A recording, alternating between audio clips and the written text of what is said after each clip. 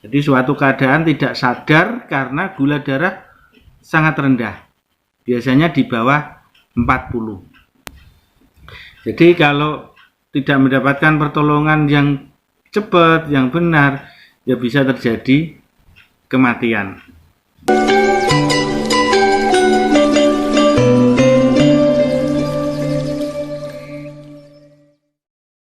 Ya, assalamualaikum warahmatullahi wabarakatuh.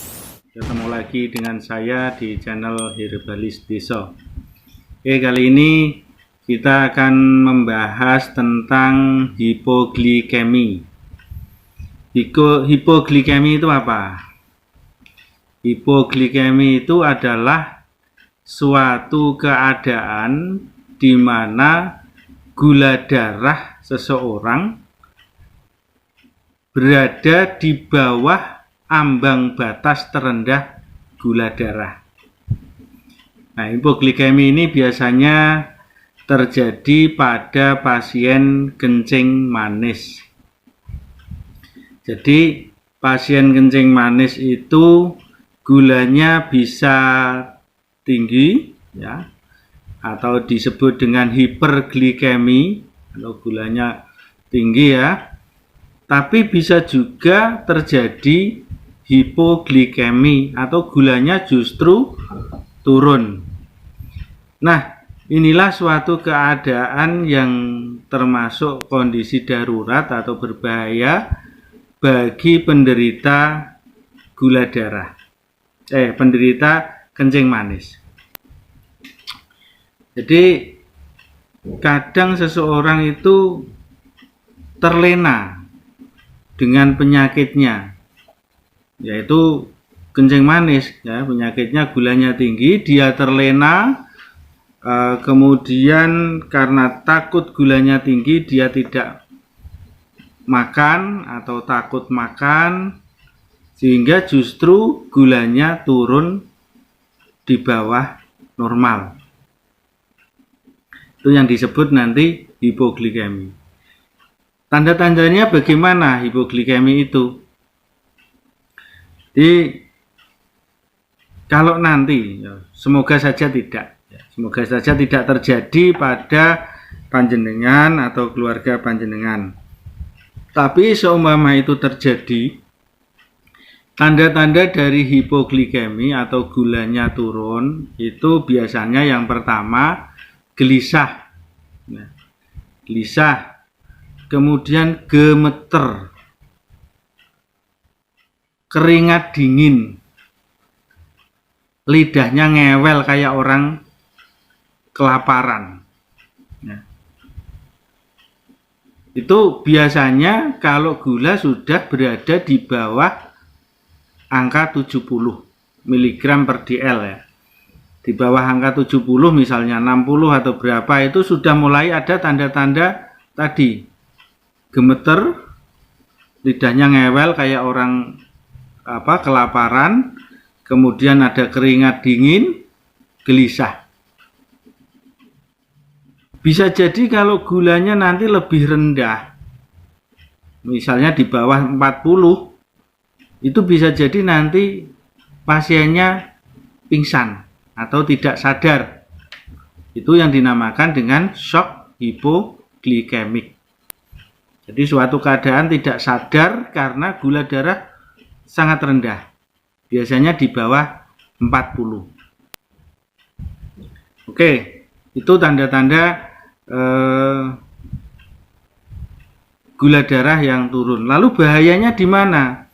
Bahayanya kalau gula darah itu sampai tadi di bawah 40, kemudian terjadi shock hipoglikemik atau tidak sadar gara-gara gulanya turun, apabila dalam jangka waktu lama tidak mendapatkan pertolongan, akibat yang terjadi adalah kerusakan sel-sel otak.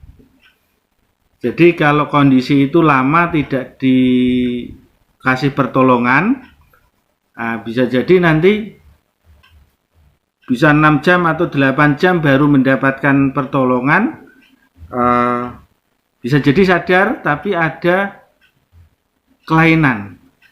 Jadi sel-sel otaknya itu rusak. Nah, bahaya yang selanjutnya selain tadi sel otaknya rusak ya kematian. Pernah ada pasien ya, gula darahnya turun ya di bawah 40 waktu itu, 35 atau berapa. Sudah diumumkan di masjid bahwa pasien tersebut sudah meninggal. Banyak orang yang sudah takziah, tapi entah waktu itu tangannya gerak atau bagaimana, kemudian oleh keluarga dibawa ke UGD. Alhamdulillah dikasih suntikan gula dextrose 40%, baru satu flash itu, satu botol kecil itu ya, itu terus langsung bangun, orangnya langsung bangun, greyeh-greyeh gitu. Nah, kemudian ditambah lagi sampai kalau tidak salah 3 flash, kemudian seger. Tapi karena dalam waktu yang agak lama takut ada komplikasi atau kelainan lain, kemudian dipantau, dievaluasi di rumah sakit sampai waktu kalau tidak salah itu 2-3 hari. Jadi kalau tidak mendapatkan pertolongan yang cepat, yang benar, ya bisa terjadi kematian.